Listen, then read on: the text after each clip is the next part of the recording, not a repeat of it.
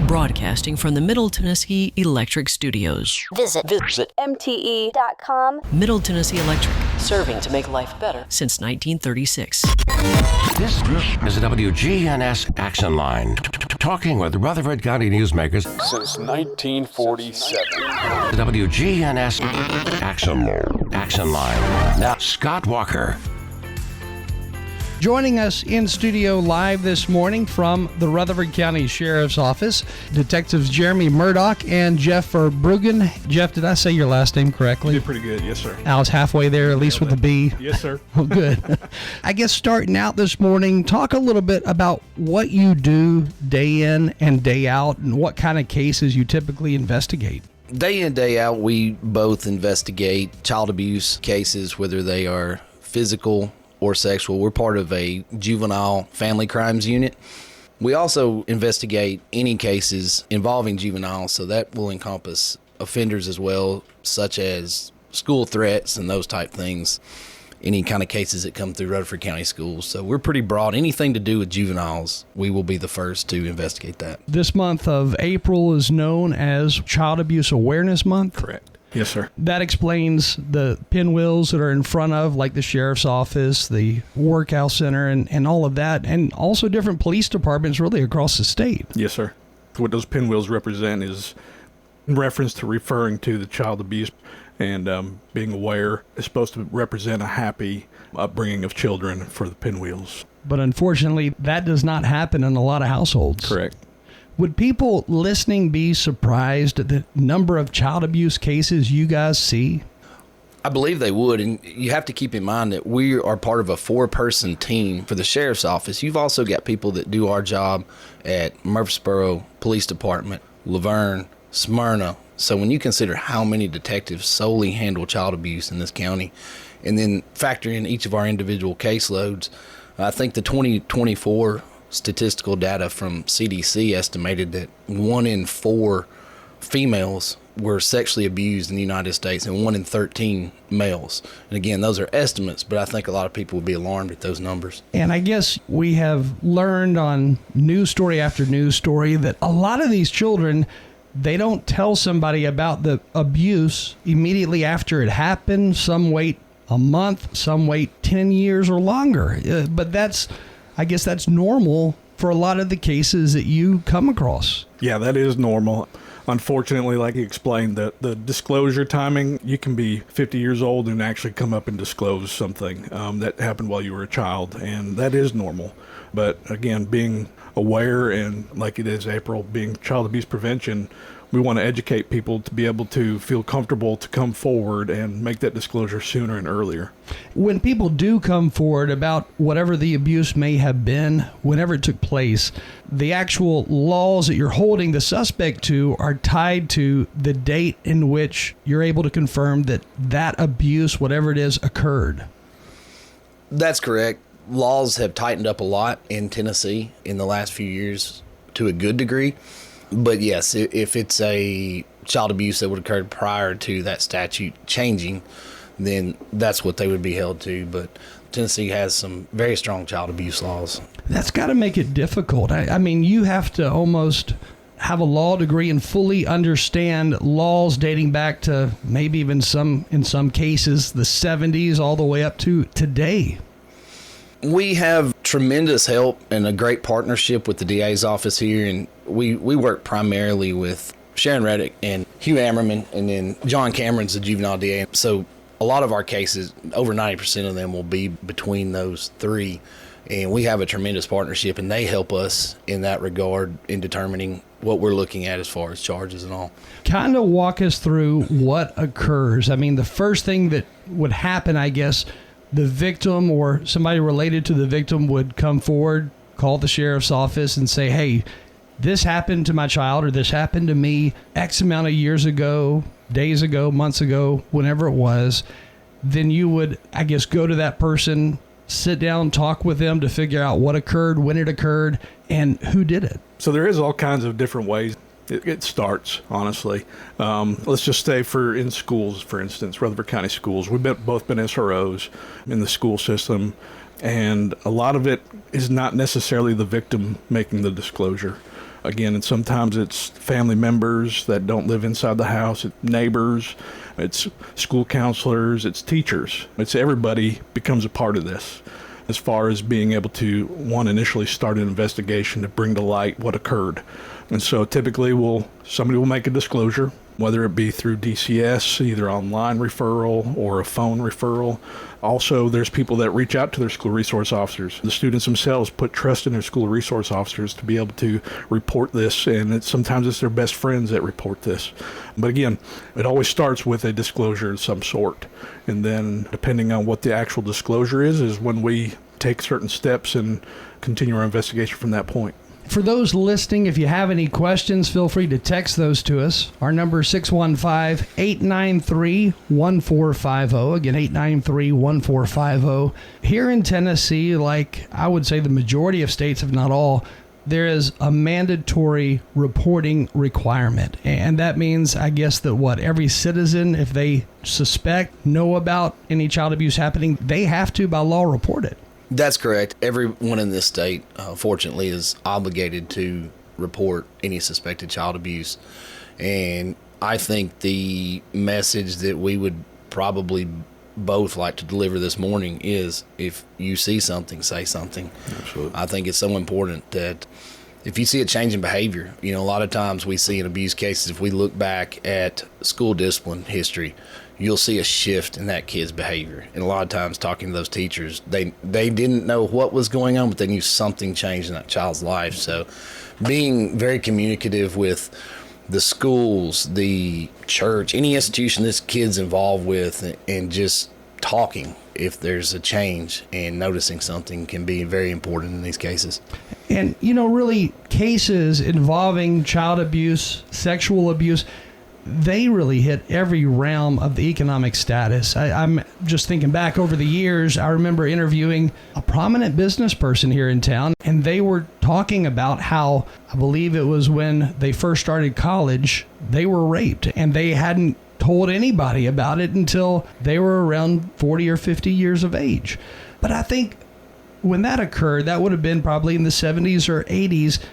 I don't think people looked at abuse the same way they do today. I think people today know a lot more about abuse. They know about sexual abuse, and they're more willing to come forward and talk about it when compared to years past. Yeah, and I think that's the huge part of April, calling to action for people to be involved.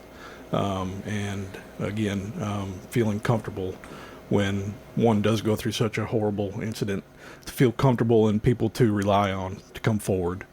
And you're talking about, for somebody to suffer that abuse and then live with it for decades without ever coming forward, you're talking about a lot of emotional pain they were carrying with them through life, and they probably didn't realize how much of an impact that had on them until they were able to release it. No doubt. A lot of times once they start disclosing, it's just a river. Once they feel, okay, I found somebody, I can let this off my chest, it's quite amazing to see how that disclosure comes in. And with awareness comes empowerment. Mm-hmm. And for parents out there listening, and their child may have been sexually abused in the past, and let's say they did come forward, what comfort would you give to that parent in letting them know that this really is the best route to get out that information? Let us know who did it. Let us arrest them. Let's get this process over with. But what is the comforting side of that? Is that the first step in healing? I think one thing that we always, I know Jeff and I always try to deliver to the parents, we're going to be here with you every step of the way. We're part of a multidisciplinary team. And when I say that, involving us, the DA's office, CPS, Child Advocacy Center, and between that team, but us specifically, I always tell my victims and family I'll be with you every step of the way. I can't affect the ultimate outcome from a courtroom standpoint, but as far as offering services and being in partnership with that victim, I'll be here. I'll answer the phone, and we'll be here with you. And there's not going to be surprises on our end. We're going to communicate and walk you through that process. After step one, reporting the incident, what occurred, and after you talk to the victim, what happens next? Is it you going to the DA's office, or is it maybe a team of detectives further investigating, of course, interviewing the suspect? What does typically happen after that first initial report? So typically we'll rely on the Child Advocacy Center. We'll get forensic interviews of the children. They're amazing how they communicate with the children, of course, professionals and great to work with. And then, of course, confirmation of the disclosure. Again, we will go from there. We will basically dissect what everything has been said, figure out a format as far as where we're going to go next, who we speak to, when we need to speak to them. Communication's a huge aspect of this. And kind of like Jeremy said, we're advocates for them and to make them feel comfortable coming forward and then starting the initial investigation. A lot of people kind of back away because they think they're intimidated by court and the outcome and how this may appear to the community. But again, the comfort in that aspect to make them feel comfortable is a big part of it. I remember talking to past detectives who have said, if this person abused your child, chances are extremely strong. They've also abused other kids in the past. How true is that? And is there an average number of how many, when you look at the abuser, how many victims do they have? I think one thing you'll see with statistics, this is something I've done some research on recently with coursework I've been doing outside of the sheriff's office, is a lot of the statistics we see are estimates. There's a lot of unknowns in child abuse, but I do think that somebody that's willing to abuse a child, I definitely think that statistics and history and behavior patterns show us that that person is likely to abuse again. And that's a lot of times when I have reluctant victims, I think that's a message we try to send is, hey, be strong with us. We're going to stand here with you. Let's make sure this person's not able to do this again. That's part of my message, is that your strength could help us save the next victim. I've read in like Psychology Today and other magazines and reports that come from trusted individuals like psychologists and so forth. But I read where they often write about how the abuser in the majority of these cases, there's not really a rehabilitation for these abusers that works and works well today. Do you find that to be true when you talk to the suspects in these cases? I had it explained to me one time, and I thought this was a very clear depiction for whatever your workup is that you're sexually attracted to, and considering the norm in society, they feel the same way, but it's with children. And so when I had this explained to me in a class, they said, could anyone rehabilitate you? For me, it would be like for my attraction for my wife. There's no class, nothing you could put me in that would make me, or put me away for 30 years, that could not make me be attracted to her and her be the first thing I was drawn to when I got out of prison. And they said that is the same way that someone attracted to children thinks. So that was a good illustration for me, since I can't really comprehend what attracts someone to children. I thought that was a valid illustration. And it sounds like, for example, if you're an alcoholic for life, regardless of you going through treatment. The problem is still the fact that you can't drink one glass of alcohol or have one beer and it not lead to another, which is why alcoholics have to avoid alcohol altogether. But I guess those who are child abusers, in a sense, that's also the same type of scenario they're looking at. Sure. I think that's a fairly accurate description. It's scary when you look at it that way because, man, children are everywhere. And if that suspect is somebody who is abused once, it does sound like they've likely done it before and they'll likely try to do it again if they have the chance. Yes. When it goes to the district attorney, when you go into that office and say, here's everything we have on this case, here's the suspect, what do you do next, or what does that office do next? I think I've been to multiple agencies outside this jurisdiction, working on investigations and working with other district attorneys and other police agencies. I will say that I have not met a better prosecutors than what we have here in Rutherford County, in that they are willing to do anything and everything they can to go after prosecution. There's obviously limitations in courtroom. People watch court TV and those type shows. There are limitations. Sometimes we know someone did something, but we simply aren't able to find sufficient evidence to effectively prosecute it. And that's one of the crosses that we have to bear in this job, is that unfortunately sometimes, it's very cliche sounding, but it's not what you know, it's what you can prove. But I will say for our district attorneys here, They are extremely aggressive. They are extremely hardworking, and they are very willing to work hand in hand with us to go very diligently and aggressively after these type cases. When you run across an alcoholic, a drug addict, a lot of them have a rock bottom point where they say, enough's enough. I don't want to do this anymore. Do sex offenders have that same rock bottom, or have you seen that happen where they come to you and say, I've had enough? I honestly haven't seen enough of that to compare, honestly. I know there's Alcoholics Anonymous, there's rehab for all alcohol and drugs, and individuals can, of course, overcome that. It's not the same with sexual abuse, child abuse. Sure, there's therapy, there's programs out there, anger management, but again, it's all about one, recognition of your own. If you're that abuser, if you're that individual abusing people, that you have to recognize your actions are hurting others, and it's really the individual outcome comparatively. I mean, years ago, you would see cases that involved some type of child abuse, and you would see where maybe the judge ordered, not only a jail sentence, but also anger management classes. But gosh, when you look at child sex abuse cases, it's not simply one issue of, okay, you've got an anger problem and you've got XYZ. I mean, there's just a whole lot, psychologically speaking, going on there. Absolutely. To go through the mental health aspect of it, there's something wrong mentally with these individuals that experience this. And of course, mental health as a whole in our society is a pretty big thing that we're trying to hone down on. But when it comes to the suspects in these cases, they try to, as you said, rehabilitate, but I have not seen enough. I think Tennessee made a great and bold move a couple years ago, and they moved to now rape of a child in the state of Tennessee. A conviction carries a mandatory life in prison or death penalty. I remember when that passed just a few years ago, and you had some groups out there opposing it. And I'm thinking, why on earth would you oppose something like this? Because the impact that child sex abuse has on a kid, I mean, you really see the outcome of that impact years later. Some of these kids turn to drugs, some turn to alcohol, and in the back of their mind, they may not realize why they turned to that, but it's because they're literally broken, don't know what to do. What's more important than the sanctity of our children?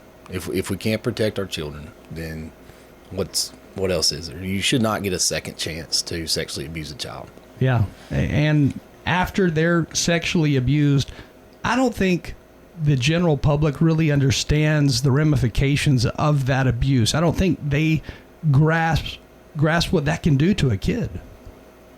It's some of the disclosures we get, like Jeff said, they're people 50 years old coming forward and talking about something that happened a long time ago. And it's very impactful listening to some of these stories and how it has affected their relationships, their marriages. They were never able to have normal, healthy relationships because of that weight bearing on them.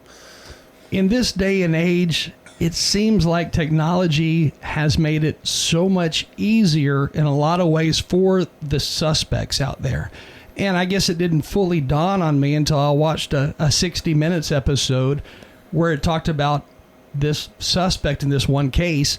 He was acting as if he were a teenager, and he was befriending others online through social media, talking to other teenagers as if he were a teenager, and convincing a lot of these girls, in most cases, to send them photos. And it really, when the 60 Minutes episode aired, the reporter talked about how simple, how easy it was for this suspect to get these photographs of these teenagers nude. Yeah. It happens so quick to so many kids. And that's a daily thing that we battle. And honestly, children are vulnerable on the cell phones. It's so easy the whole entire world's at the palm of your hands, basically. And it comes down to parents being observant of what these children are doing on these phones. I've got a teenager, and she probably does not appreciate the fact that I'm always up in her business on her phone. We also see it on the daily of what the impacts of and how easy it is for people to manipulate them, as far as, one, like you said, sending photos, just pretending to be a 15-year-old when talking to a 10-year-old, for instance. There's so many different easy avenues for people. I mean, video games, Roblox. I know they're trying to crack down on Roblox a lot as far as the way that people are communicating through video games, text messages, now all these different apps that don't really record conversations. And so we kind of get stuck in that. I would say public enemy number one for us is unfettered access to cell phones for underage children. It's bizarre to me. I think everybody would agree leaving a loaded gun on the counter and letting kids have access to it was a terrible idea. Having unfettered access to a cell phone with no parental restrictions is almost equally as dangerous, if not worse in some cases. There's plenty of parental control apps out there and things available, and we're not opposed. I have 3 children, 2 grandchildren. We're not at all opposed to children being able to communicate with their parents, but to not know what apps that child's having, what they have access to, what they're doing on that phone is extremely dangerous, because these pedophiles, these perpetrators out here that would sexually abuse children, they're very smart, they're very aware, and they are constantly working to get at your children. All my kids today, they're all adults, and I've got grandkids as well. But man, things have changed so much since when my kids were kids compared to today. And it does seem as if children in general, they've got so much access to online information, social media apps, and more. It's gotten way out of hand. I think Jeff would agree with me. The sexual awareness and maturity of children shifted to a much younger age than when the 3 of us were that age. You only found out about stuff if you lived on a farm or had an older brother or something like that, or found a magazine somewhere. Now it's at their fingertips, and if there's no access, there's no age limit that the kid can't just Google whatever they're curious about, and that can lead to some really advanced knowledge of things they shouldn't be aware of at certain ages. Again, this morning, talking with the detectives from the Rutherford County Sheriff's Office, and after that first stage of going to the DA's office, the DA says, we'll prosecute this case. Does that generally lead to the initial arrest warrant? Then after that, after they're in court for that first appearance, an indictment comes, and then at that point, do you learn about other victims? We generally try to move, at the Sheriff's Office, we try to move forward with an indictment initially instead of just a warrant for their arrest. That way, we don't expose victims to General Sessions level court where they might be put on the stand, and we try to minimize their exposure in the courtroom. We do see in cases where once someone is prosecuted and brought forward, new victims appear. That's happened several times now in my career, that a lot of times once an additional victim sees that perpetrator locked up, that empowers them. They're like, okay, maybe I'm safe now if I come forward. They can't get to me. And absolutely that at times brings forward new victims. To me, I fully grasp and understand, why you'd want to move a case forward fairly quickly and fairly quietly, at least in the beginning, because you're going in after you get that arrest warrant, you're going in and arresting sometimes a father, sometimes a pastor, a teacher, without them even realizing or having the chance to hide evidence that they were being investigated. That's got to be helpful in a case. You brought up a good point there. Unfortunately, and I'm married to a teacher and the son of a teacher, and Jeff's married to a teacher as well, but unfortunately these perpetrators, they want access to children. That's what they're attracted to, so they put themselves in positions to be around children, which is teachers and pastors and in the church and coaches, yes. And unfortunately, they give a bad name to the rest of them. 99% of these people are great people and working, in a positive capacity for children. But yeah, a lot of times that there's a lot of sensitivity to it because of, you might be conducting an investigation and working with the school or whatever. So, it does pay to keep those quiet and sensitive. And also, the most important aspect of that, though, is us protecting the victim. That right there alone, the fact that some of the suspects are well-known people in the community, they may be well thought of by children and parents if they're working with a school in the capacity of a teacher or a coach or something along those lines. That's pretty scary. I mean, that alone is extremely scary, and that tells parents out there they should be more aware of not only what their kids are doing online, but they need to be aware of who's in that child's life, who's asking to take the kid home. And maybe that doesn't sound unusual to some parents out there, but to me, that would set off alarms right away. I know we've both been SROs. I coached Oakland High School girls softball. I did strength conditioning for them, and I I took very seriously that role, but also realized that, hey, I'm in a position of trust here with children, and I would always communicate to the fathers of my girls, hey, talk to them, communicate, question everything.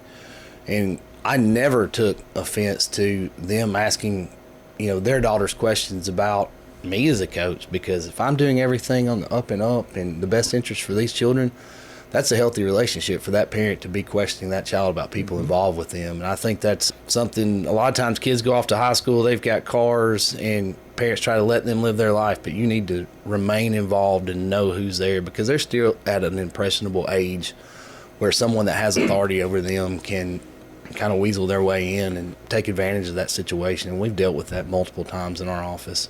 Somebody texted in and they were talking about the new age of cameras today and how easy it is for people to hide cameras. Do you come across a lot of cases where somebody is secretly videoing children, maybe changing clothes, using the restroom? Do you come across those types of cases often? Not too often. Of course, when we're executing search warrants, of course, it's something that we're aware of, look for in situations like that. But yes, it happens. As far as a lot of it, I haven't experienced a lot of that.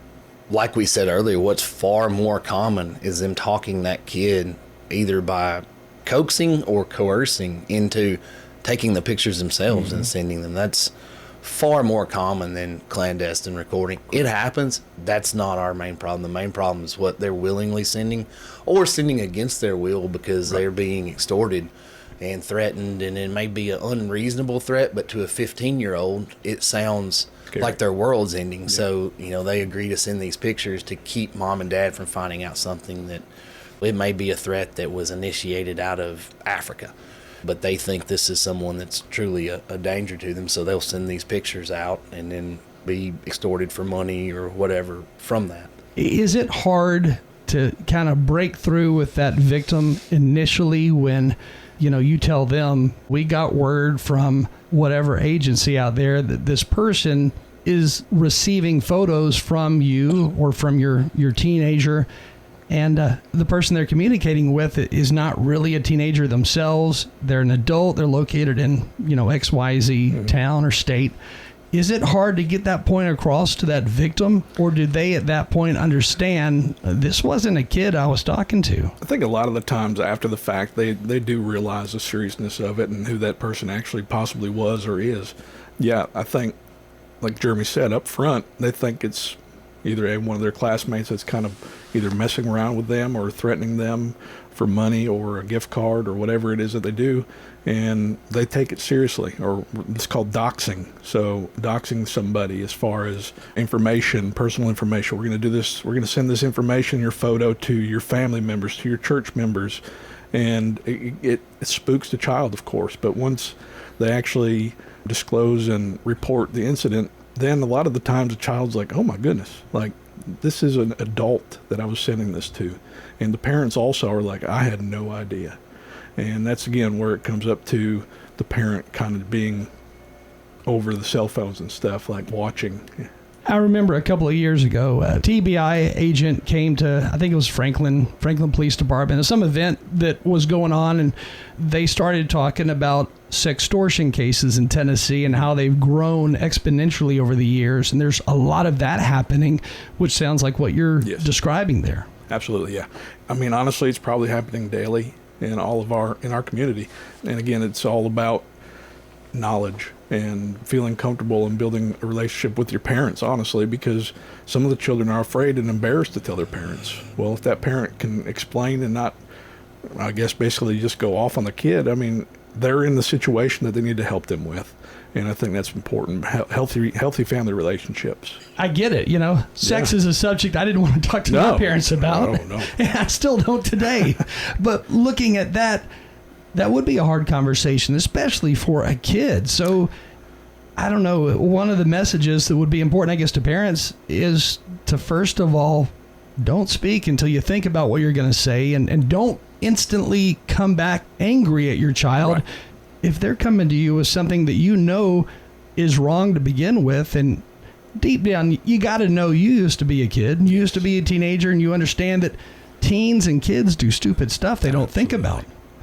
So how do you have that conversation with your child just to get that open line of communication to find out if there is or has been something going on? I think one thing to consider, like I mentioned earlier, is that the age of awareness is a little younger now than it was 20, 30 years ago. I think now, 20, 30 years ago, where it might have been a 14 or 15-year-old that had a lot of awareness, that age may be down 10, 11 years old now, depending on their accident, or even younger in some cases. I know Jeff and I both have worked cases where you find out what a 9 or 10-year-old is doing on there is just incomprehensible to most people. Fourth and fifth grade. I mean, fourth and fifth grade. You see it. Yeah. So, I would say the first step is finding out where your child's at, what they know. And sometimes they're not going to offer that up to you because they don't want to have that conversation either. I didn't want to have that conversation with my parents. Yeah. So it's awkward on both ends, but kind of figuring out where that child's actually at and what their awareness level is. And I think that would shock a lot of parents now. So when parents give that cell phone to that child, they probably need to start out by saying, look, this is my cell phone. I'm basically letting you use. And if I decide to check it from time to time just to make sure everything is okay and you're not in any harm's way, I'm going to do that because, again, this is my cell phone I'm letting you use and you're my child. And the main thing is let them know that you're doing that for their protection. I mean, and honestly, your family's protection. Let's take a short break, and then when we come back, we'll talk more about all of this stuff. Again, April is known as Child Abuse. Is it Prevention Month or is it Prevention Awareness? Yeah. We'll talk more about that in just a second. Stay with us. We do have more in just a minute. Fresh cut greens and oven warm bread, jars of sweet jam will be red. Good food, good folks, flavors that shine from winter's chill to spring sunshine. Every Friday, feel the spark. Rutherford County Market at Lane Agri Park. Local farmers with local meats, vegetables, and other produce at the Winter Spring Rutherford County Farmers Market every Friday through April. You'll find it there from frost to boundless seas and sing. We're winter tough and welcoming spring. So bundle up and make your way every Friday at Lane Agri Park. At the Lane Agri Park in Murfreesboro. Listen up, Rutherford County. Join the Crypto Learning Center Tuesday, April 21st at 6 p.m. for barbecue and crypto. It's happening at the Holiday Inn Grand Ballroom in Murfreesboro.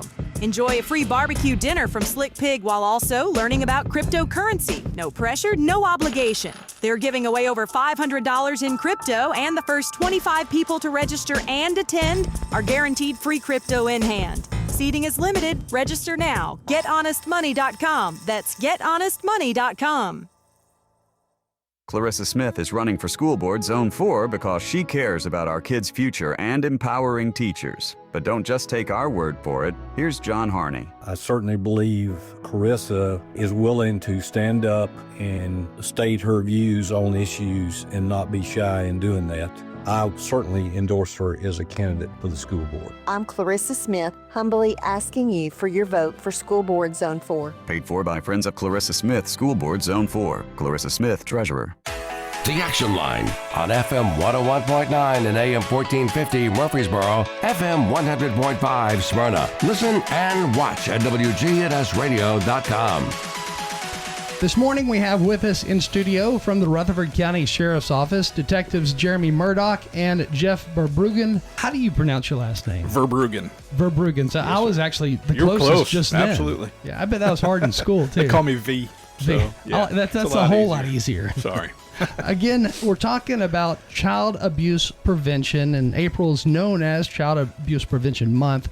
But going back to some of the things we talked about, it's hard for parents to understand and grasp that their child may be a current victim of some type of child abuse, sex abuse going on that, they don't realize. And a lot of it comes down to support, right? I mean, the parents need to be very supportive. And sure, maybe a child did send something out, and the first reaction, knee-jerk reaction, is going to be upset at that child. But again, it's one of those circumstances where you need to be supportive, assist, and advocate for your child at that point and reach out. That child's a victim. Yep. And that's what I always reiterate to parents. I've seen them mad, and they'll put fault for not knowing or, making in their mind a bad decision. And I just tell the parent, hey, it's really important at this stage to remember your kid's a victim. From the outside looking in, that parent has got anger they don't know what to do with. Exactly. Exactly. They don't know where to place it. And I guess when you first hear, if your child's the one telling you this is what happened, again, you don't know where to place that anger. And obviously it'd make any parent very upset. Yeah. And sometimes it's that partially it's some self-reflection that they allowed them to have a phone or have a relationship with somebody unknowingly. And so some of that anger sometimes is, they're mad at themselves, they're mad at their child. They're often what we see too is the reluctance to want to involve their child in the so-called process. So that's a lot of times we have to communicate that the importance and how we will maintain the anonymity of that child and try to minimize their exposure to anything that's going to be traumatic to them, and that it's important to show them that, hey, there are people that will fight for you if you are a victim. You bring up a good point, and we've interviewed parents before who have talked about how their child was the victim of, maybe it was being raped at a party or something similar to that. And they talked about how they didn't go forward. The parent did not report it to police, at least not right away, until somebody else found out and reported it. And I'm thinking, that's the very worst thing that you could do. I mean, if you don't tackle the problem, deal with it as soon as you can, right, that child is just going to continue to live with what happened. And someday they're going to go back and question mom or dad, why didn't you do anything about this? Sure. You were my parent. That's a good point. It gets back to a statistic. I think it's, if you're under 30 and you're a victim of rape, I think the percentage is about 90+%, the likelihood that person is going to be someone known to you and you have either been in an intimate relationship or biologically related to. And it's not the boogeyman hiding in the dark alley. Not to say that doesn't happen, but that's the exception, not the rule. And so a lot of time that reluctance to report is due to the complexity of the relationships there, whether it be familial or church or school.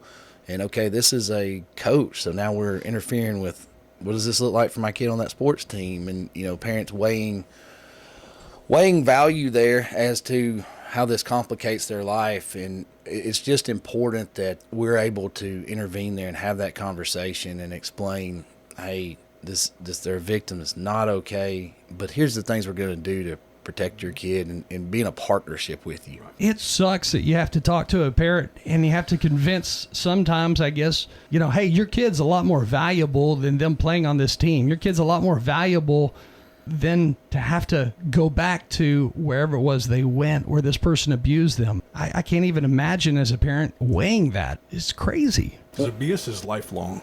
We highly recommend therapy. Reach out for people for help after the fact. And like you said, just being on the sports team, that's short term. The abuse actually is going to be lifelong, and you need to deal with it for life, unfortunately. I think, too, I think Jeff would agree with this, that in most cases, parents they're looking out for the best interest of their kids. They're not in opposition to their kids or trying to hide something in this regard. We do this every day for a living. And that's why I tell them, for most of these parents, they've never experienced anything like this. This is brand new ground. They're scared. They don't know what to do. So they're not necessarily acting in opposition to their children most of the time. They just don't understand the process and they're scared of it and they want to run from it and hide from it. It's usually what we see. Mm-hmm. But you, as a parent, can't let your child live the rest of their life questioning or thinking they are in some way responsible for what occurred to them because, right. Man, juveniles don't think the same way as adults. They don't reason and understand, I'm not the one that did this. It's this perpetrator who shouldn't be on the streets. So as we close today, I know we're already out of time. In fact, we're over a little bit. If anybody out there listening knows of any type of sexual abuse, child abuse that occurred or is occurring, number one, by law, they need to report it. DCS or your local law enforcement agency is your go-to, but if that child feels more comfortable, if they have someone they feel comfortable talking with, go to that person. Hopefully they report it. But the main thing is just tell someone. And during the court process, if it's learned that this adult did know about it but did nothing about it, if they would have come forward when they found out about it, it would have prevented 3 times more that it happened. That's big, and that adult could be arrested, right? Absolutely. And we've done that when we see situations where they were clearly aware, and in order to protect the perpetrator, especially if they did it in order to protect the perpetrator, they failed to report, we will definitely move forward with prosecution in those cases. And to get a phone number of how you can report it, just Google child sex abuse and maybe hotline, and you will see at least one number, if not 1,000 numbers pop up. Absolutely. But definitely report it. Well, thank you both for joining us this morning. Thank you. Thank you for the opportunity. Again, with us in studio, Rutherford County Sheriff's Department detectives Jeremy Murdoch and Jeff Verbruggen. It's 9:03 right now. We're going to head to local news next on WGNS. This is a WGNS Action Line. Talking with Rutherford County newsmakers since 1947. The WGNS Action Line. WGNS is your 24/7 news connection. WGNS Murfreesboro.